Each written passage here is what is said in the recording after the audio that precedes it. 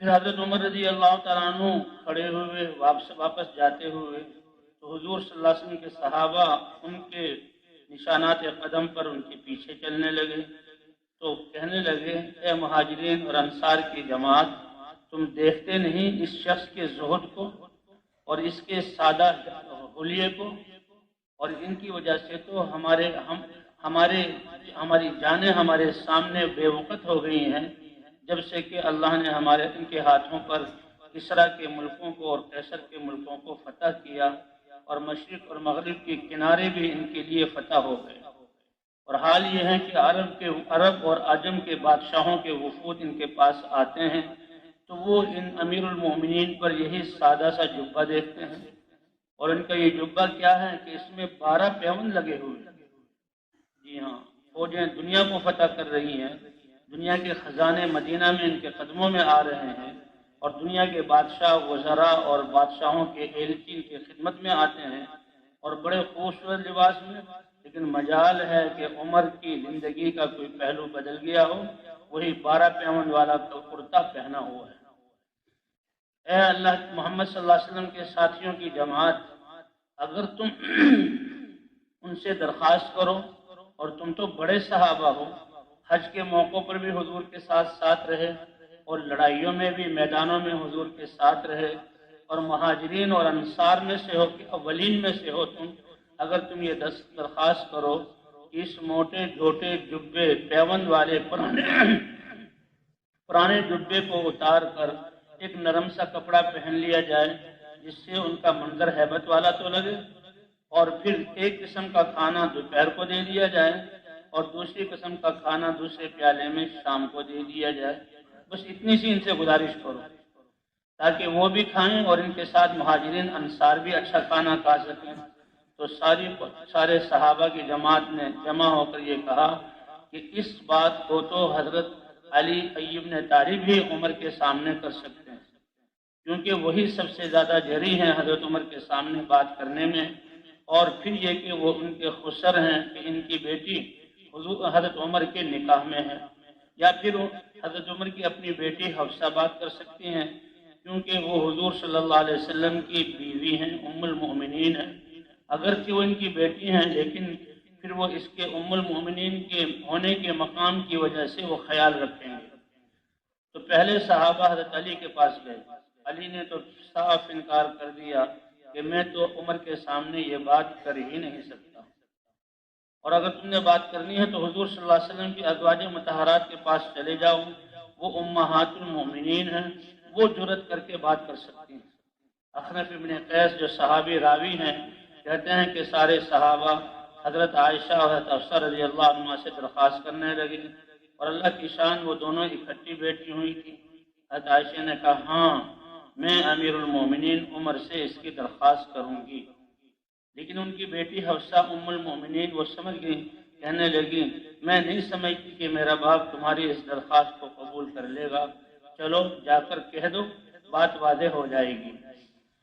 تو وہ دونوں امیر المومنین عمر کے پاس آئیں تو انہوں نے دیکھا کہ یہ تو حضور کی بیوی ہیں، ام المومنین ہیں، قریب بلایا اور قریب بٹھایا۔ حضرت عائشہ نے کہا او امیر المومنین، کیا آپ ہمیں بات کرنے کی اجازت دیں گے؟ حضرت عمر نے عرض کیا ضرور اے ام المومنین، آپ ارشاد فرمائیے کیا کہتی ہیں؟ حضرت عائشہ نے آگے بڑھ کر کہا کہ اللہ کے رسول تو اپنے راستے پر چلتے ہوئے جنت کو پہنچ گئے اور اللہ کی رضا کو حاصل کر لیا، نہ حضور نے دنیا کا چاہی اور نہ دنیا ہی حضور کا ارادہ کر سکی، کہ وہ تو اللہ کے رسول تھے۔ اسی طرح ابو بکر رضی اللہ عنہ حضور کے آثار قدم پر اسی راستے پر چلے اور حضور صلی اللہ علیہ وسلم کی سنتوں کو زندہ کیا، اور حضور کے انتقال کے بعد جن لوگوں نے جھٹلایا حضور کی رسالت کو تو ابو بکر نے ان کے ساتھ جہاد کیا اور باطل والوں کی ساری جڑیں کاٹ دی، اور پھر رعایا میں انہوں نے عدل کو قائم کیا اور مالوں کو عدل کے ساتھ تقسیم کیا، انہوں نے کائنات کے رب کو راضی کیا،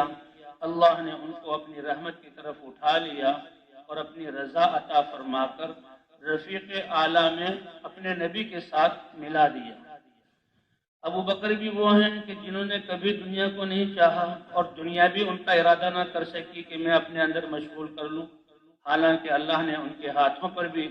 کسریٰ اور قیصر کے خزانوں اور ان کے شہروں کو فتح کیا تھا، اور ان دونوں ملکوں کے مال ان کے سامنے لائے گئے اور مشرق اور مغرب کے ملک ان کے سامنے جھک گئے، اور اللہ سے ہم مزید کی امید کرتے ہیں اور اللہ اسلام کو مضبوط کرے گا۔ اے امیر المومنین، اب تو دنیا کے عرب اور عجم کے قاصد اور ایلچی سفراء آپ کے پاس آتے ہیں، عربوں کے وفود آپ کے پاس آتے ہیں، اور آپ پر یہ پیوندوں والا جبہ کہ جس پر ایک پیوند نہیں 12 پیوند لگے ہوئے ہیں، ہم گزارش کرتے ہیں کہ اگر آپ ایک نرم کپڑا لے لیں جس سے آپ کا منظر ہیبت والا لگے، اس کپڑے کو پہن کر تو آپ بہت سادے لگتے ہیں، اور ایک قسم کا کھانا آپ دوپہر کو کھا لیا کریں اور ایک قسم کا کھانا رات کو کھا لیا کریں، تاکہ آپ بھی کھائیں اور آپ کی برکت سے مہاجرین اور انصار بھی کھا لیں، کیونکہ جب آپ سادہ کھاتے ہیں تو سارے مہاجرین اور انصار کو پھر سادہ کھانا پڑتا ہے۔ حضرت عمر اس پیشکش پر بہت زیادہ روئے اور رونا شروع کر دیا، اور پھر فرمایا، اے اماں جان عائشہ، اللہ کا واسطہ دے کر میں تم سے پوچھتا ہوں، کیا تم یہ جانتی نہیں، کیا تم جانتی ہو کہ حضور صلی اللہ علیہ وسلم 10 دن تک یا 5 دن تک یا 3 دن تک کبھی گندم کی روٹی سے سیر ہوئے ہوں، اور کبھی کسی دن دوپہر اور رات کا کھانا دونوں کھائے ہوں؟ نہیں، ایک ہی وقت کا کھانا ہوتا تھا، اور کسی دن بھی گندم کی روٹی سے حضور سیر ہو ہی نہیں سکے، یہاں تک کہ اپنے اللہ سے مل گئے۔ تو حضرت عائشہ کہنے لگی، ہاں ضرور یہی بات ہے، اور فرمایا تم جانتی ہو کہ اللہ کے رسول صلی اللہ علیہ وسلم کے سامنے کوئی ایک بالش اٹھے ہوئے دسترخوان پر کوئی کھانا پیش کیا گیا ہو؟ بالکل نہیں، حضور تو جب کھانے کا حکم فرماتے تو زمین پر کھانا رکھ دیا جاتا ایک پتلے سے دسترخوان پر، اور آپ بڑی مسکنت کے ساتھ اس کو کھا لیتے، اور اگر کبھی ہم نے زمین سے اٹھی ہوئی ایک بالش کے برابر میز کی شکل میں کوئی کھانا رکھا تو آپ نے فوراً اس کو اٹھوا دیا۔ پھر دونوں کہنے لگی، اے امیر المومنین بالکل ایسا ہی تھا۔ تو حضرت امیر المومنین نے کہا کہ آپ تو اللہ کے رسول کی بیوییں ہیں اور مومنین کی مائیں ہیں، اور تم دونوں کا ایمان والوں پر بھی حق ہے اور خاص طور پر مجھ پر بھی حق ہے، لیکن آپ تو مجھے دنیا کے بارے میں ترغیب دے رہی ہیں، اور میں جانتا ہوں کہ حضور صلی اللہ علیہ وسلم نے اون کا موٹا جھوٹا ایک ہی جبہ پہنا، اور وہ اتنا کھردرا تھا کہ اس سے آپ کی نرم کھال چھل جاتی تھی۔ آپ نے جبہ جسم پہ پہنا ہوا ہے اور وہ آپ کی کھال کو کاٹ رہا ہے، لیکن آپ برداشت کر رہے ہیں، کیا تمہیں اس کا پتہ ہے؟ کہنے لگی، بالکل اللہ کو گواہ بناتے ہیں، واقعہ ایسا ہی۔ پھر فرمانے لگے، کیا آپ جانتی ہیں اے عائشہ، اللہ کے رسول صلی اللہ علیہ وسلم ایک چوغے کی ایک تہ پر لیٹتے تھے، چوغا ہے اس کی ایک تہ ہے، اسی کو رات کو لیٹ جاتے، اور یہی کمبل یا ٹاٹ کا کام دیتا تھا آپ کے گھر میں، کوئی قالین نہیں، کوئی دری نہیں، وہی جبہ جس کی ایک تہ پر رات کو لیٹے ہیں، دن کو وہی مہمانوں کے بیٹھنے کے لیے وہی ایک ٹاٹ بنا ہوا ہے۔